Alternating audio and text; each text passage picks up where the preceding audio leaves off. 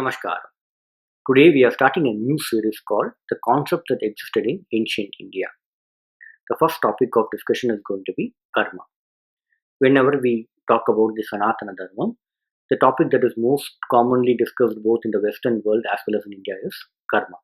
Hence, starting the series with karma. India is a land which has got a history more than 10,000 years old. Hence, there is every possibility of lots of philosophy and thoughts to be existing in India. Some of the most common philosophy and school of thoughts include the Advaita school of philosophy by Adi Shankaracharya, the Dvaitam by Madhavacharya, and Vishishta Advaitam by Ramanujacharya. Today, the topic of interest is the Advaita school of philosophy. Before we enter into the Advaita school of philosophy and the karma is actually broadly classified into three types of karma. They are Sanchita karma, Prapta karma, and Agamai karma. To explore them in detail, let's touch base on the Advaita school of philosophy. In Advaita school of philosophy, there is a book called Vasudevamananam Vivekacharam, written by Shri Vasudeva Brahmam or Shri Vasudeva Yati. This book is considered to be the metaphysics of the Advaita philosophy. In this book, Shri Vasudeva Brahmam explains so many topics. It includes something like what is meant by Japakushma Nyayam. He also describes about what are the three types of bodies, Shariram, that we have. And many things. Let's take a quick look on the Shariram, what is explaining. He explains that there are three types of Shariram that we have. They are Stula Shariram, Sukshma Shariram, and Karna Shariram.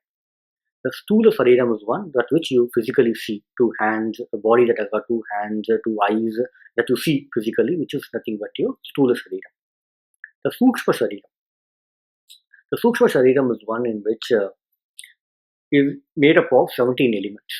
The 17 elements include 5 Jnanendriyangal, Pancha Jnanendriyangal. They are the eyes, ears, nose, tongue, and skin for touch. And 5 Karmendriyangal, Pancha Karmendriyangal. They are the hands for handling, walk or speech, legs for motion, excretion, and reproduction. This is for the 5 Karmendriyangal. Then we have got 5 Pranas. They are Pranan, Apanan, Vyanan, Danan, Samanan. And then Manas and Buddhi. Manas is the one which helps when you get, you have to take a call, you say, okay, whether this is right, this is wrong. This deliberation happens in Manas and the decision is taken by Buddhi. So these 17 elements together form your Sukshma Shariram. And then we have got the Karna Shariram, which is the ignorance. And once the ignorance is gone, that's when we will understand the Advaitic philosophy that the Paramatma and Jivatma both are same. So and he explains so many other topics also in this book. Our topic of interest in this book is the chapter number 6, where he describes the miseries that a person observes on earth is because of his Shariram. This Shariram, a body, is formed because of karma. And this karma is because of 16 Ragadveshams. So he very clearly explains the relationship between the miseries and the Ragadveshams along with the karma and bodies. What is the relationship? So it is like the miseries are there because of the Shariram body. The body is there because of the karma, and the karma is because of the 16 Ragadveshams. So what are the 16 Ragadveshams? The 16 Ragadveshams include Ragam, Dvesham, Kamam, Kobam, Lobam, Moham, Madam, Matsharyam, Ishai, Asuyai, Dambam, Darpam, Ahangaram. Then we have got Ichai, Bhakti, and Shraddha. 16. Okay. Out of this, the first 14 are said to be of low quality. The 15th and 16th, which is Bhakti and Shraddha, is said to be of high quality. So people need to concentrate on this Bhakti and Shraddha in order to get good karma. So let's have a quick look what is this 16 mean. Okay. So the first 14, let's take with Ragam. The thoughts that come about Shri and women is called Ragam. Dvesham. Dvesham is like that person, he or she did harm to me, so I will also do harm to that person. That is Dvesham. Kamam is desire to have land, house, etc. Kobam is anger. Lobam is the even the thought that not to part even a part of your portion of your wealth to even good people is lobam. Moham is something like you think that I have got all the wealth that I need on earth, so you don't even think what you should do, what you should not do. Even the thought is not there. That is moham.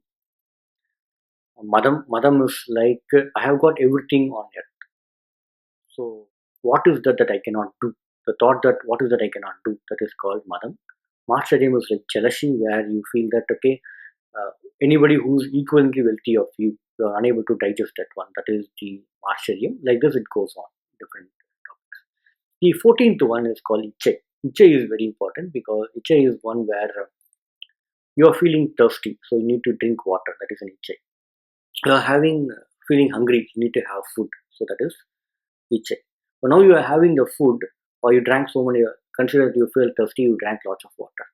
After a few times, you have to remove the water from your body. That is also an Ichai to remove. Now you cannot go and say that I am controlling all my thoughts, so I will control eliminating water from my body. That will only lead to problem to your own body.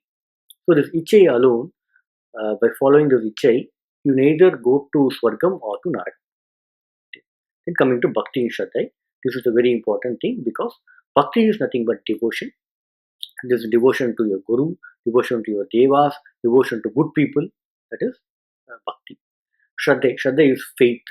Faith in what? Faith in the Veda Shastras, faith in the Homam and Yagyam that you do, faith in Guru Upadeshangal, this and all Shraddha. So this Bhakti and Shraddha is only good karma, and while doing it, you will earn more good karmas in your life. Okay. Now let's go back to the original topic of karma, that is three types of karma, which is Sanjita karma, Prapta karma, and Agamai karma. Now, Sanjita karma. Sanji itself means a bag. So Sanjita karma is a bag full of the seeds of your karma that have not yet matured. Okay. The maturity of these seeds may not happen in a single birth. It may take hundreds of births or even thousands of births for all the seeds to be matured and completed. The second is Prabdha karma. Prabdha karma is the one in which the seeds of the karma have matured and the reason for your current birth. Then Agamai karma. Agamai karma is the one that is the karma that you occurred in your current birth. So in the overall, what we can see is like the karma fal, so which you do because of your raga dveshams and other activities, it gets accumulated, it keeps in a sack, and then when it gets matured, you'll be born as equal to the maturity level. You'll be born as an animal, a plant, or a human being, and then whatever activity you do in that life will add more value to your karma, and Agamai karma gets added to your Sanchitam sack. So this cycle goes on completely. A quick example to make you all understand this. Like, let's take an example where in the Hiroshima the bomb was dropped by the pilot. Let's take that example. So now that person, what he has done is like he has destroyed huge number of human bodies.